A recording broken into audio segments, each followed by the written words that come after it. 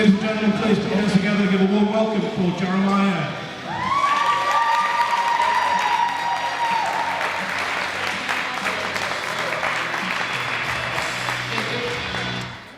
Thank you, everyone. I appreciate you all coming out here tonight. As I was preparing the speech, I was like, you know what? I'm literally preaching to the choir. I'll try to keep it brief for you. I want to say I'm honored and humbled that you all came out to support me tonight. And as I've been going on this adventure, I've been honored and humbled by the support I've received from other people. Democrats, Republicans, conservatives, and liberals. And it's just very exciting. I very much appreciate it. So thank you all for being here tonight. I would be amiss if I didn't introduce a few people who are here tonight, special guests, sitting at the table. They conveniently all sat together, so that makes it easy. We have Walt Sandusky, a former delegate, and who knows what he'll be running for in the future. And clap for him. And sitting next to him, I have Stan Janner, who is going to be a fellow Democrat who's going to also be running in this election for the delegate seat. So we hope. We're hoping that your hearts are big enough to vote for two of us. We have a third one, Justin, who's not here tonight. So if you have a heart that's that big, you can vote for all three of us. And I especially want to thank the host committee that put this together tonight, particularly Jenny Harding. Is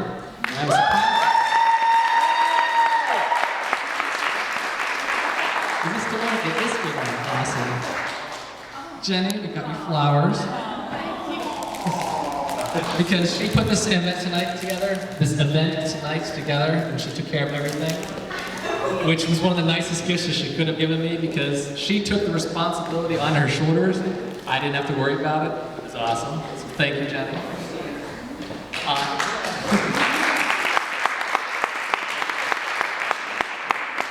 And it got me thinking about sort of why I'm running for office. And one of the reasons I'm running for office is the government affects us all. It affects us on a daily basis. It's something that influences almost everything we do. And we don't have time to think about that. We want to be able to say, here, elected delegates, you worry about it. You take that responsibility on your shoulders so I don't have to. So what I'm asking is I'd like that responsibility. I'd like you to put that on my shoulders so that I can take care of that. I'm running for delegate in order to protect the future because I believe the future is going to be awesome. And I base that on the past. We live in the most advanced country in the entire history of the human race. I mean, I want you to think about that for a moment. No other society in history has as much freedom as we do, the economic wealth that we have, the perks that we have. I mean, we have expanded civil rights to every individual, to minorities, to women, to the gay and lesbian community. I mean, it's just incredible when you look at it from a historical perspective, where we are. And over my lifetime, the just advances we've made. And I was going to say our lifetime, but I won't keep it to mine. I mean, when I was born, computers were, the size of I guess a car at that point, and they were dealing with kilobytes. And now we have our handheld Blackberries that deal in gigabytes. We had a man on the moon before I was born, and I'd like to see another man on the moon before I die. But we've had probes that have gone outside of the solar system. We have gone out and collected the tail of a comet and brought it back to Earth. We've sequenced the human DNA. I mean, that's incredible. So the future is going to be awesome. And that's why I'm running for office. Because as H.G. Wells says, civilization is a race between education and disaster. And with great power comes great responsibility. So we do have a lot of problems. Another thing that in my lifetime is I've never been able to just jump into the ocean or jump into the bay without worrying about what's in there, what diseases are in there, what pollution is in there. I've never been able to go fishing and just not worry about what I'm catching in there, whether it's an endangered species or whether it's even safe to eat. We're living in the midst of the Great Recession, so we do have problems. And as my job as a lawyer, I sort of think of myself as a problem solver. People come to my office, as much as I'd like them to give me all the money in their wallet, they have a problem and they want it solved. They don't want to give me all their money.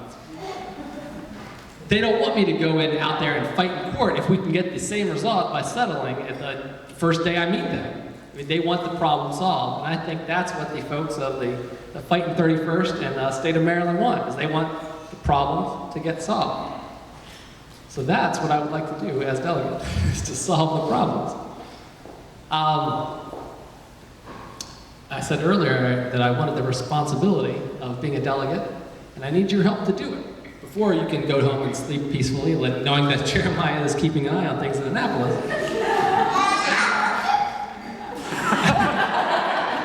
Thank you for that. I need you to lend me your strength. For those of you in the 31st, well, actually for all of you, we have the silent auction. So please bid often, bid high. If you haven't, don't worry, it closes at 9:30, you still have time. For those of you in the 31st, I need your vote. I need your friends' vote. I need you to talk to your neighbors. I need you to go out to your social network. Because that's what's going to win this race, is the social network. For those of you outside of the 31st, shake your social network, see who you know who lives in Pasadena, Glen Burnie, Brooklyn Park. And for a lot of you, I know, frankly, it's me and Jessica. That's fine. Don't worry, we'll vote. We'll be all right. So anyway, thank you all for coming out to support me. I do need your help in the future. And what I'd like to do next, Jenny, where's the music? What are you doing here?